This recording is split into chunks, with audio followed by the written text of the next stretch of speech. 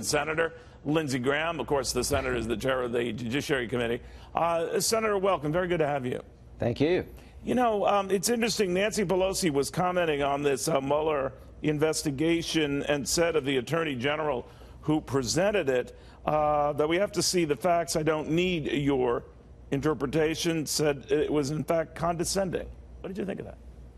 Well, I think that was really beneath the speaker. I mean, do you really believe that Bob Barr would give us a summary of the key findings and it not be supported by the report? Give me a break.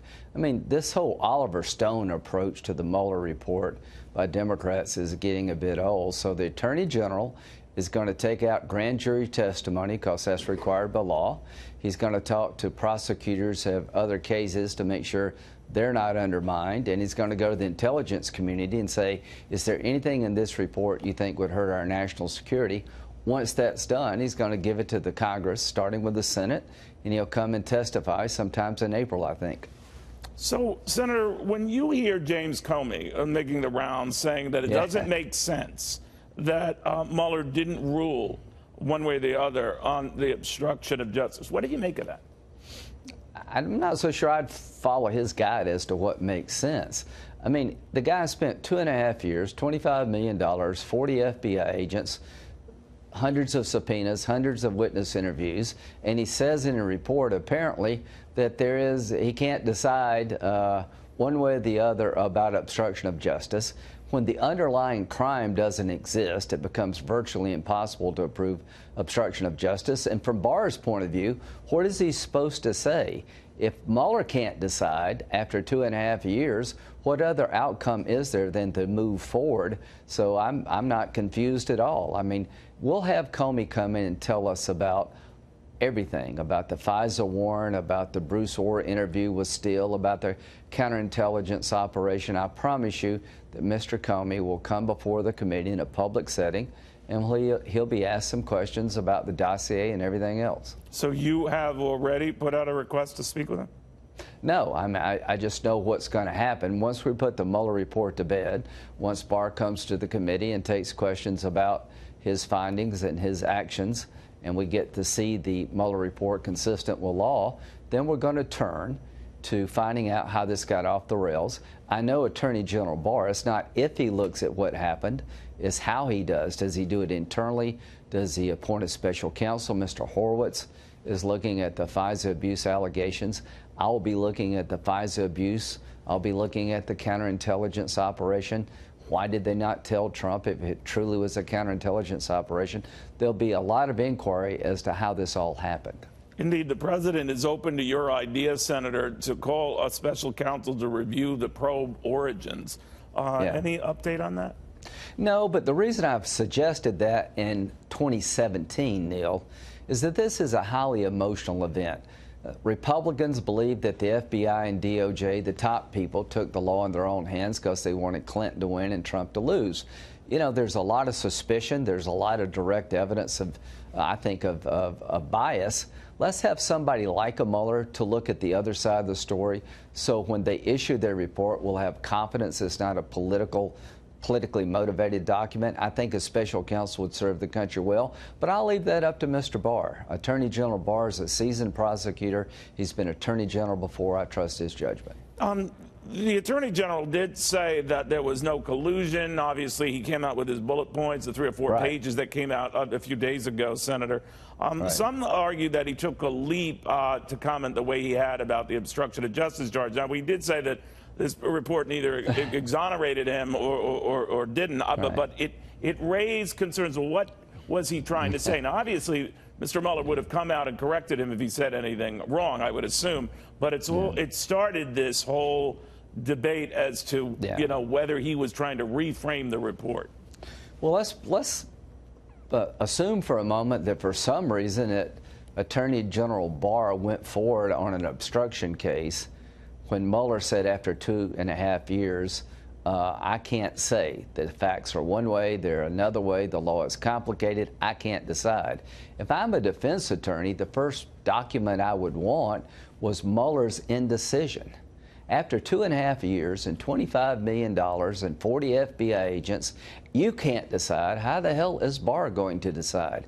We're not talking about, you know, some academic exercise here. We're talking about proving a crime beyond a reasonable doubt. If the underlying offense never existed, and after 2.5 years Mueller cannot say one way or the other if there was a obstruction of justice, that should end the matter. For BARR to do anything else would have been very irresponsible.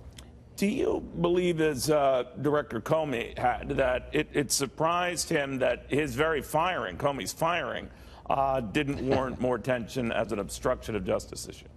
Well, if you're going to fire people who believe, I mean, if you're going to charge people with obstruction of justice for wanting Comey fired, you'd have to charge half of the Democratic Party. The day before Trump fired the guy, you know, Schumer and Bernie Sanders and many others said, I've lost confidence in this guy. It was a well-known fact that Democrats were upset with Comey. They were calling for him to be dismissed. So all I can say is that when it comes to Director Comey's dismissal, the president, as the President of the United States, has almost unlimited discretion, but the performance of Mr. Comey in the eyes of Democrats were substandard. Adam Schiff was getting an earful today from Republicans on his committee who, Yes, to a man or woman, urged him to step down, that his continued charges of collusion, even in the face of this report, was a bridge too far. It led to a lot of nastiness back and forth. Yeah. What did you think of what they were recommending, that he stepped down? Nancy Pelosi stood by him, said he's doing a great job. Yeah. Your thoughts? Well, when one politician is calling on another to step down, most of the public kind of tunes it out. But here's what I would say, in all seriousness. Mueller was given the ability to complete his job without political interference. I stood behind Mueller. Almost every Democrat said he was the right guy. And Congressman Schiff is really becoming Oliver Stone of the House. He's the Jim Garrison figure trying to look for somebody who actually shot President Kennedy. This is getting to be a bit ridiculous. He told us time and time again he knows there's collusion. He's seen evidence of it. Well, Mr. Mueller undercut that narrative. So Adam Schiff's got to make a decision about his political future. Does he want to be the guy that won't let it go when the authority of the investigation, Mr. Mueller, has concluded there was no collusion? Rand Paul was here not too long ago urging that maybe it's time for former CIA Director John Brennan to testify. How do you feel about that? Well, I don't know what role that Brennan played, but let's look at everybody. I'll talk to the Intelligence Committee. But, you know, as Judiciary Chairman, it's our job to watch those who watch us, the FBI. Great organization, but clearly there was some misdeeds at the top, I think. The question for the country really is, how could the system allow a dossier that was prepared by a foreign agent paid for by the Democratic Party, that's unverified to this day, be used on 4 different occasions to get a warrant against an American citizen? And the evidence is pretty clear to me. Without the dossier, the warrant would not have been issued. That should bother every American that the system got so off the rails. And finally, counterintelligence investigations are designed to protect the target of the foreign influence. When they thought Dianne Feinstein had somebody in her office working for the Chinese, they told her about it and she fired him. Why didn't they go to Trump and say, hey, we're worried about some people on your campaign? That really is disturbing, so I want to get to the bottom of it. Well, you know, that dossier that was making the rounds, the president charged that the late John McCain, your good friend, was shopping that around, did get that out, did get that to the authorities and even to the press. What did you think of that when he said that? Well, I think the president is wrong.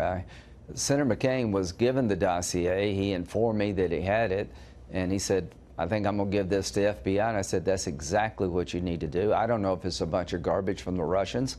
That's the first thing I thought of. Would you have done the same thing, Senator? Oh, absolutely. If somebody had given me the dossier making these wild accusations, I would have turned it over to some law enforcement organization that had the ability to find out if it was true or not. I would not have given it to the press, but somebody, the McCain Institute guy did. I think Mr. Kramer was his name. I can't remember his name, but somebody working for the McCain Institute did shop it around, and they did the country. So was that a fair criticism on the part of the president? I know you're in a delicate position. McCain, you're a friend to John McCain. The president has really harangued John McCain. Right. What do you think of that in retrospect? Well, I just don't think it serves the president well. I think John McCain is an American hero in my eyes and many others. It's okay to have a dispute with John McCain over policy, but John McCain acted responsibly in my view, because when I saw the dossier, I said, turn it over to the FBI. Did you tell that to the president? He obviously doesn't. Yeah, I did. And what did he say? Well, I think he does. I hope he understands the facts, because the facts are clear. John McCain did not send it around to the press. Someone else did, and when they did that, there was a great disservice to the country. The bottom line as to President Trump, I think he's done a really good job as president. I don't think it helps him to get in a fight with John McCain or any other person. What I'd like to do is look forward. He has every right to be mad at the system that tried to destroy its presidency.